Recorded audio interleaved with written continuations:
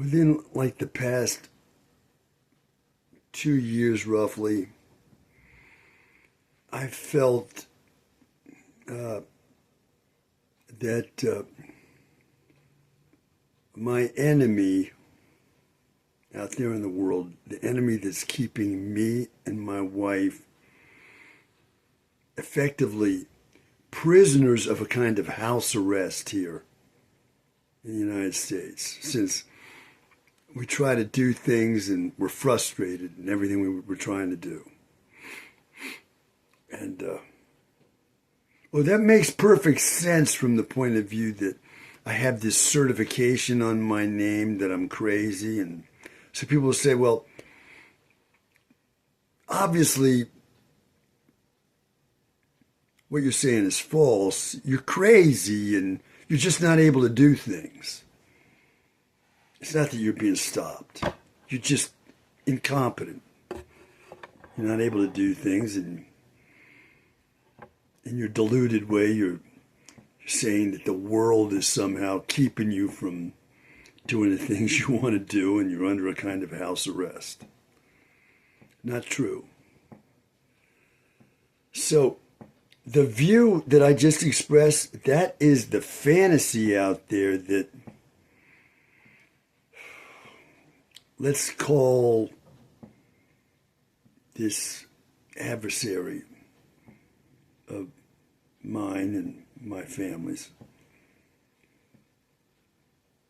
Let's call this adversary our adversary. That's the view the adversary out there has of me, that I'm incompetent, incapable of doing things, and a healthy, sane person would not have any of the troubles that I'm having. Well,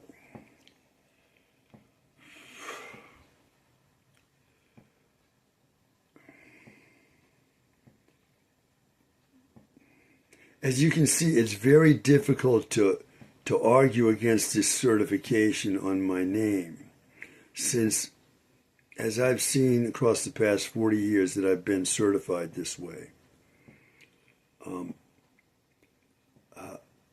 there isn't a single sympathetic thought coming my way that any kind of mistake could have been made in this way of viewing me, that the certification process for someone declared to be certifiably suffering from one of these major mental diseases, the process involved in coming to that certification is such that it would be virtually impossible for any mistakes to have occurred. Well, let's begin by saying that I did question from the start how this certification might have come down on me, and my question was repeatedly answered this way by the authorities I faced. Those authorities I'm now calling or grouping together as my adversary. Here's the answer I always got to the questions I asked. How did this happen to me? I got this answer consistently. You don't need to know that, Albert. Like, that's a friendly, nice answer for me to hear. That's not the way I looked at it. But I gotta say, that answer came to me independently among the authorities. It was not like the authorities I faced had conferred with each other, like in a huddle, and said, "Okay, if he asks any questions, here's the answer." No, this apparently was the answer, that authorities had for someone like me who wanted to find out, how did this happen? The accepted answer among these folks somehow was, I didn't need to know that. Well, I still want to know how it happened. I do. I want to know the legal steps taken. I want to know who signed what, when, how, and so on.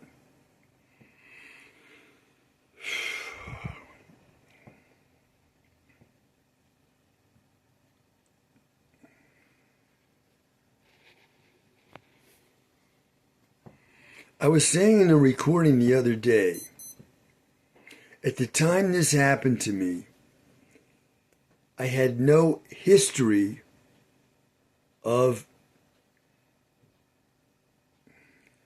having any kind of mental disease. None. No history. Okay? Now, secondly, as part of this certification, I was declared to be a danger to myself and others. And I talked the other day in a recording like this one how there isn't a single person worldwide who would be able to find a single instance where I was a danger to others from the age of about 12 on. No fights. No physical altercations, no threats directed toward anyone verbally or physically. I didn't own any weapons nor wanted to. Guns, no. I owned a bow I shouldn't even mention this. This is like when I was doing taxes at one point, and this man, he says to me after he's done helping me with my tax return, he says, now, did you make any money that you're not accounting for here? And I said, well, I did mow my aunt's lawn in the summertime. She paid me like $40 in cash each time I did it. He said, oh, well, in that case, you're going to have to fill out a small business tax return. Now, I talked to other people who worked for his very company. They said, we don't believe that he did that, but he did with me. People love to throw the book at me for some reason. That's another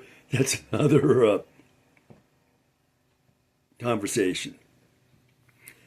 And so I shouldn't have said what I said a few seconds ago about how I did have a bow. Yeah, I bought a bow and some arrows came with it. A string came with the bow with green stamps. These were a kind of reward offered before credit card rewards and that kind of thing, and online rewards, all this. And stores, grocery stores would give customers these actual stamps like postage stamps. And these particular ones were green, and the stores gave the customers a little booklet, and the customers would paste the stamps they were given in this booklet. And you'd see how many stamps, because there were only so many on a page. It was easy to say, well, I don't know, 10, 15 on a page, so 10, 20, 30, how many stamps you got. And then there was another booklet that showed if you have 30 stamps, you can trade the stamps in for this. If you got 40 stamps, you can trade them in for that. So one day my mother said to me when I was around 10 years old, she said, I got these green stamps. Here's the booklet. You want to get something with these stamps? Pick something out and we'll get it. It wasn't my birthday or anything. Oh, wow. So I looked through this booklet. I didn't see anything really that I wanted, but there was a bow and arrow set in there. I had no interest in archery whatsoever. None. And I don't think I was even good at it. What little archery I had done at a summer camp or two, I wasn't particularly good at archery, as I recall. And I didn't care for it. But I saw this bow and I said, can I get this? I was thinking this looked like a professional type bow. to my eyes as a 10-year-old. And I was wondering if my mother would say okay to that. She said, okay, you can get that. So I got a bow and arrow set, a bow that came with a string and some arrows. And when I got that, I thought, wow, this looks very professional. It looks like a dangerous weapon. I took it out into the backyard of our house. And in the backyard of our house, the house was like here, okay, and the backyard is this way. And so the backyard comes out, and then it went up like this on a hill. So I put like something down as a target on the hill, and there was no chance, that the hill is very high, okay?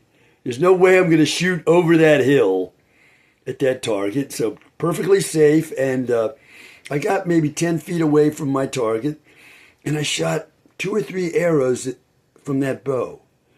And I said to myself, this is a dangerous weapon.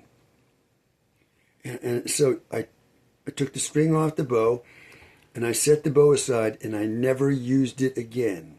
The string disappeared, the arrows disappeared, but somehow the bow survived, and somehow that bow stayed with me. So that when I was 65 years old, around there, I said, hey, I bought some land out in Colorado, 8 acres, and here's this bow of mine from when I was 10 that I never shot.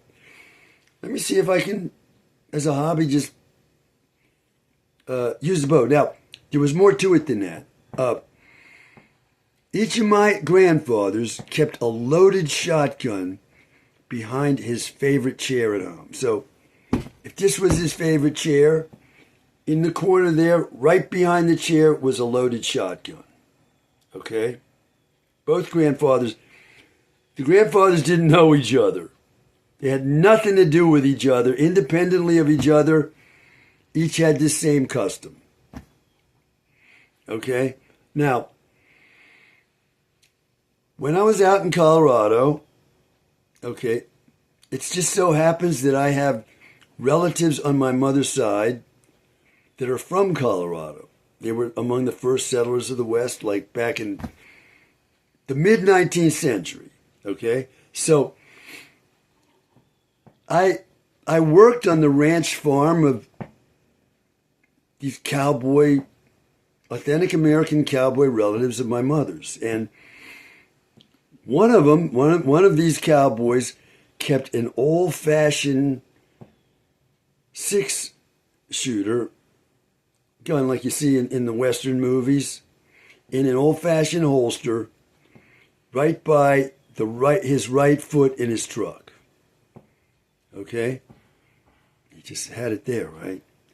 And why? Well, he did, and there's another gun in the family. So when I was out in Colorado now, trying to retire out there, and I have these 8 acres, I say to my real estate man who's selling me these 8 acres, I say, do people own guns out here as kind of a defense in case they need to feel they feel they need to defend their home the way my 2 grandfathers did, right?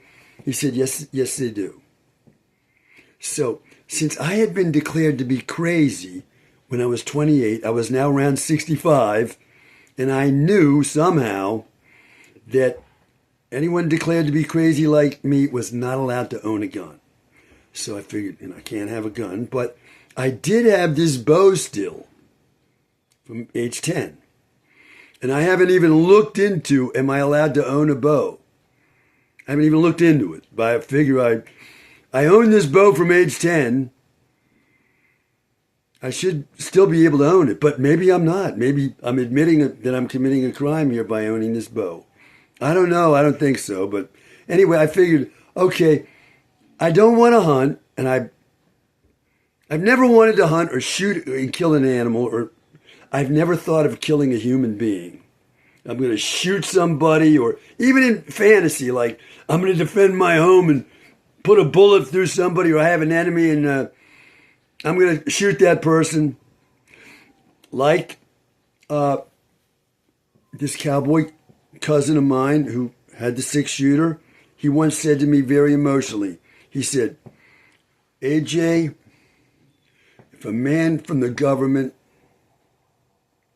comes out here to turn off my water, I'm going to put a bullet right here in his heart. Okay? That's what he said. No one came out and threw handcuffs on him, dragged him out of there and accused him of having a major mental disease. However, I have never said such a thing or thought such a thing. And I'm considered to be full out crazy. A danger to everyone when, as I was saying the other day in a recording like this one, search worldwide for anybody who's been threatened by me or been in a physical altercation with me since I was 12 years old. Find that person. That person does not exist. So where's my danger to others? Yet if you look at the form signed on me, I am a danger to others. Now, let me repeat what I said the other day. I'm also supposed to be a danger to myself. So how is that? Well, I figure somebody's a danger to himself. He's tried to commit suicide or talked about it a lot. You don't just say, I was so despondent after I had this failed love affair when I was 16 that I was thinking about killing myself. No one is going to grab you, throw you in handcuffs and drag you off and imprison you and medicate you and accuse you of having a lifelong illness for saying that. So you're going to get accused of having one of these lifelong illnesses. I figure you must have at least tried to kill yourself a couple of times and talked about it plenty. Well, find anyone worldwide who ever heard me talking about killing myself. Find any evidence anywhere that I ever tried to kill myself. You're not going to find that. So I'm a danger to myself and danger to others. Well, how? And once again, I was saying to the authorities, my adversary, how did this happen to me? And they were saying to me, you don't need to know that. Well, I still want to know. I want to know. Now, this bow of mine, I figured, out in Colorado, is going to be my loaded shotgun. Okay? I'll get a string for it and some arrows, and I did, and I practiced a little, not much. And just about every time I've shot that bow since I started to use it around the age of 65, I've photographed myself doing that. I filmed myself. Never mind my reasons for doing that. Okay? So, I do have a bow and arrow, but they're not even in this house right now. So, and the bow is not strung, and this, that, and the other. So, it's not like, I'm not like my grandfather's. I don't have that bow behind my chair here. It's not strung and all. I figure if you keep the bow strung, although I haven't looked into this, you might ruin the string or the tension of the bow. If you just left it strung like that all the time, it would be bad for the bow. I don't know. I figure that. Common sense. So my bow is never strung, and it's not even in the house. It's not in my car or anything. It's in my trailer. I'm telling. What if I got enemies out there thinking, let's go out and get him. The bow is nowhere near. Oh, good. So there's my bow and arrow. Okay, am I out brandishing that bow? Hey, you come near my front in front of my front door to the neighbors. You come near my house, and I'm gonna get this. Like I say, find anybody that's been threatened by me across my lifetime. Okay, so I got this thing on me saying a certification where people in the business of these diseases,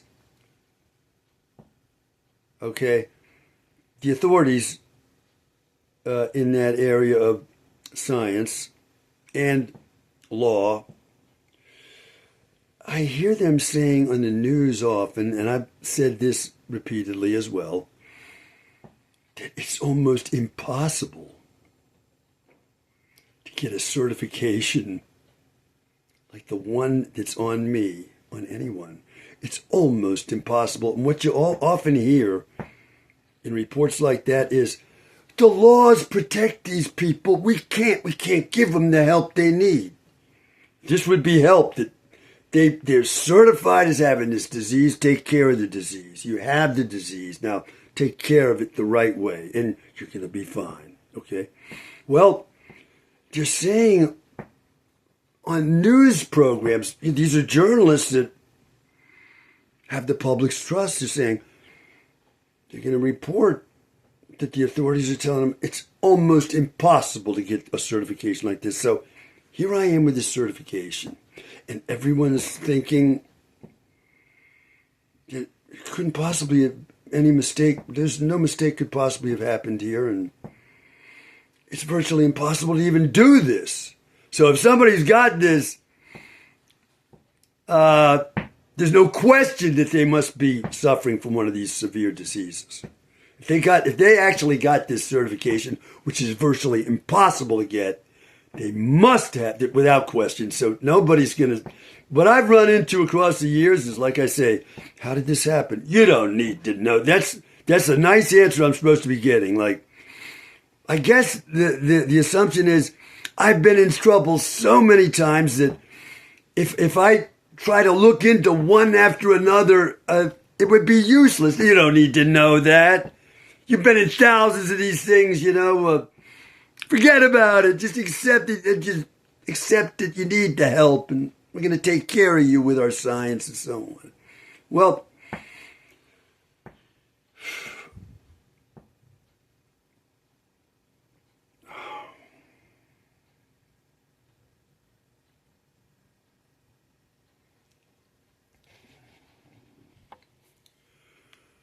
to be honest, I don't know how this certification came down on me. At the time it happened, I thought, here's my thought. This can't be happening in the United States of America. It just can't be. How is this happening to me? This is the United States. What is happening? I cannot believe it. Well, I was arrested at night and taken off at night so that by the time I arrived at this, what I'm going to call a mental prison, and you folks would call a psychiatric facility, when I arrived at that mental prison, it was late at night. And I was assigned a bed in this mental prison, and I lay down in that bed pretty much sleepless till morning. And in the morning, I was given a shot forcibly because these people were saying to me, take this medicine. I said, medicine? I said, you want me to take medicine? I want to see a doctor. And these people were treating me like I was a criminal. Their response was like this. You've already seen a doctor. This kind of thing. I said, my God, what's happened to me, right? I said, I'm not taking any medicine until I've seen a doctor. So they don't like that. And within a certain amount of time, I'm ganged up on by a group of people, and they forcibly give me this shot. And within 1 minute, I'm going up in what seems to me like a nuclear explosion in pain. And I have an image in my extremely pictorial way of conceptualizing reality when imagining things and remembering things. I have a very pictorial mind. I saw a picture of the nuclear explosion we all have seen going off over one of those two Japanese cities where atomic bombs exploded at the end of World War II. I saw, in the midst of this pain spiraling up in me, it was horrific. I saw a picture in my mind of that bomb going off, and I said to myself, no human being can experience this much pain and live. Okay? Now, that pain went on like that. I know no one can believe that this could be true. without respite for about 2 years. Every conscious moment I was in that pain. Now, in that pain, a few days after being put in that mental prison, I was expected to defend my sanity in what was called a hearing. And do I need to say more? I'm in that much pain. I'm virtually out of it. I'm sure I looked like I was out of it. And I wasn't able to defend myself at all, nor could I ever have been in a condition like that. And in the midst of that, I was declared to be full out crazy by whoever was there. It was 1 or 2 or 3 people there at a table in the mental prison, and it didn't take long, and they declared me to be full out crazy. Based on what? A history of severe illness, a danger to others, a danger to myself. Based on what? I don't know. The way I looked after giving that shot. Well,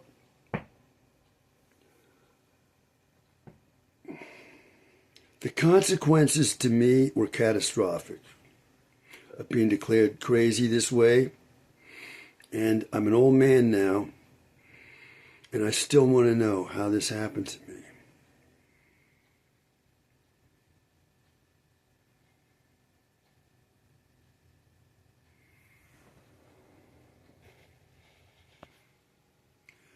So here are a few things to think about. Number 1, if I had a doctor, which I didn't really have, that doctor was my medical doctor father, who, as it turns out, and I will have to prove this, he must not have been my biological father, and he knew that, which is why he subjected me to incredible abuse while I was growing up. And this is the man who was behind this bizarre arrest, imprisonment, and legal declaration that I was crazy. He was the man behind it. He was a man who was a medical doctor and apparently considered to be my medical doctor. I don't know. Like I said, I can't get any answers from anybody, and he was abusive to me in the extreme, and I will prove, if necessary, that he was severely sexually abusing me while I was growing up. And the authorities, my adversary out there,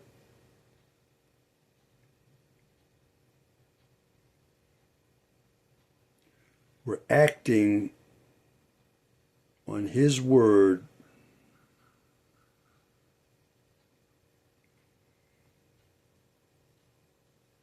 that I was somehow crazy. But did they even investigate at all into this claim? No, they didn't. So, they're going to take the word of somebody who's been severely sexually abusing me while I'm growing up. And on his word, this whole process takes place. And there's no mistake could possibly have been made. Well, let me repeat. I want to know how this happened to me. There's a few things to think about.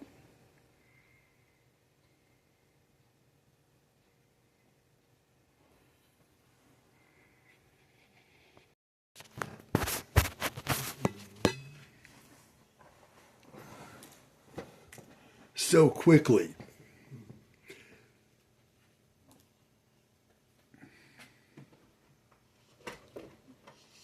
The thought might arise that, okay, you meeting me, you have been considered to be crazy, and the word of this medical doctor, father of yours, is being taken. Well, What kind of things were happening while you were growing up? You weren't doing well in school.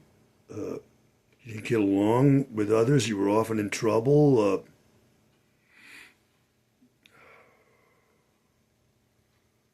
You had all kinds of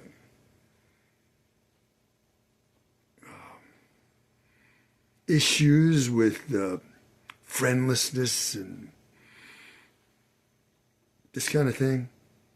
No, the opposite. Growing up, I'm the family star. I'm the best student, the best athlete. I'm what you call popular. Okay? Teachers like me as well. I was chosen to be on the student council by my teachers at the school I went to. I was chosen to be a star of the school play. My name was even used in the play as a character in that play. So I'm sitting in a corner somehow, and I've got all kinds of issues. No, I was even number one in my class at one point. I was a star athlete. I scored 6 goals in a soccer game, for example. Something unheard of at the school. It's announced to the entire school to the applause of everyone. So I'm having troubles at the school I go to. No, I'm a star at that school. This is on record.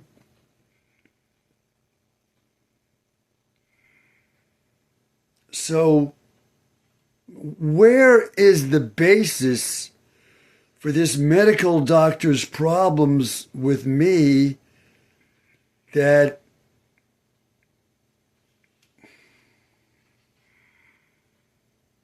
he alone appears to consider me to be crazy when no one else does? There's no even suspicion among others that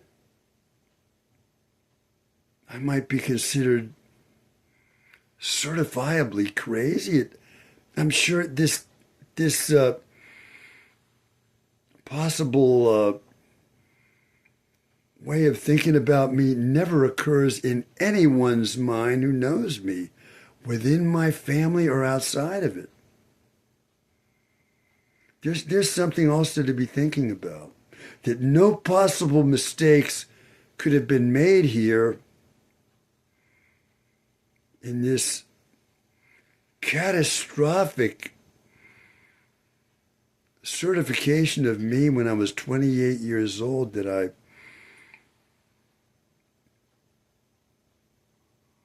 was suffering from a lifelong illness. It was a danger to everyone worldwide.